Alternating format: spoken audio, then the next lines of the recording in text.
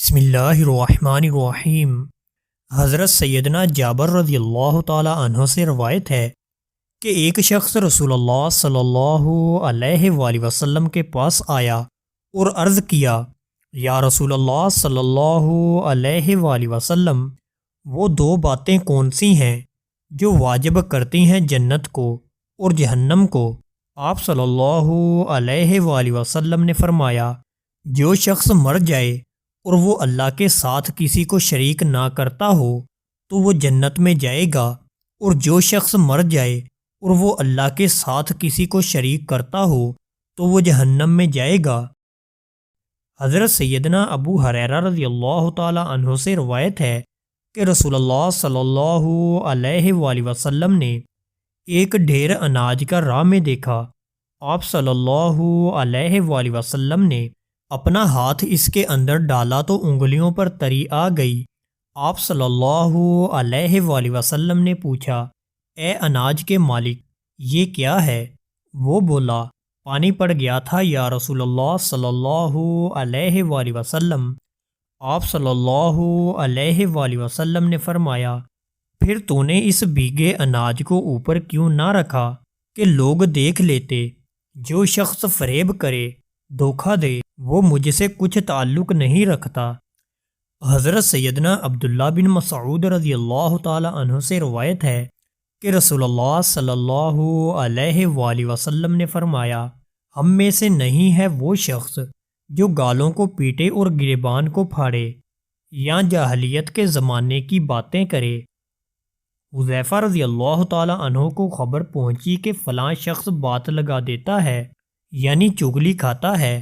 انہوں نے کہا، میں نے رسول اللہ صلی اللہ علیہ وآلہ وسلم سے سنا، آپ صلی اللہ علیہ وآلہ وسلم فرماتے تھے، چغل خور جنت میں نہ جائے گا۔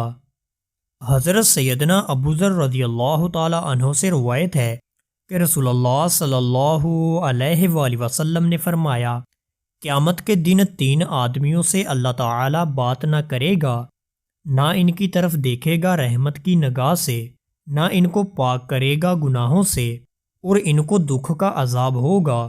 آپ صلی اللہ علیہ وآلہ وسلم نے 3 بار یہ فرمایا تو سیدنا ابو ذر رضی اللہ تعالی عنہ نے کہا، برباد ہو گئے وہ لوگ اور نقصان میں پڑے۔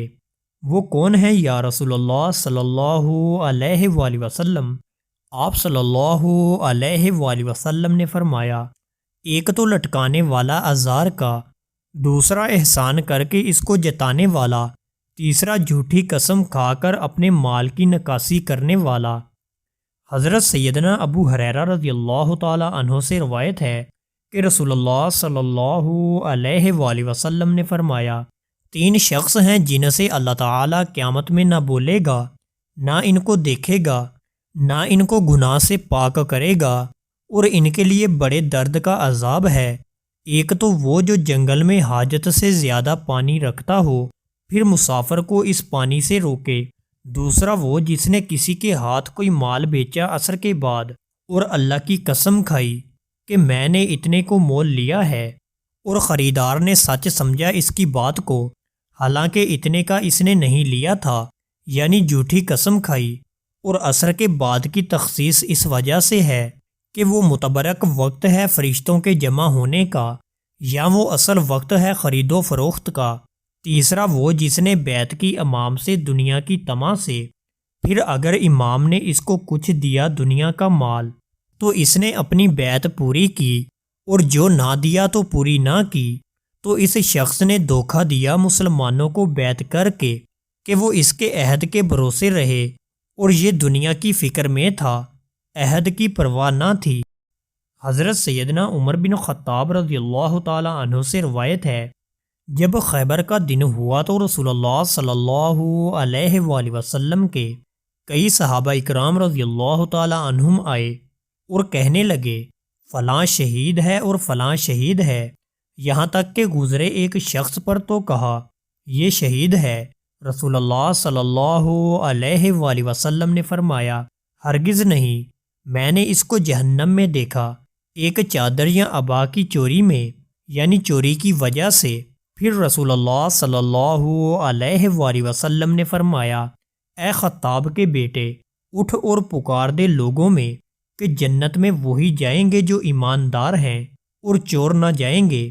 سیدنا عمر رضی اللہ تعالی عنہ نے کہا، میں نکلا اور میں نے پکار دیا لوگوں میں، خبردار ہو جاؤ، جنت میں وہی جائیں گے جو ایماندار ہیں۔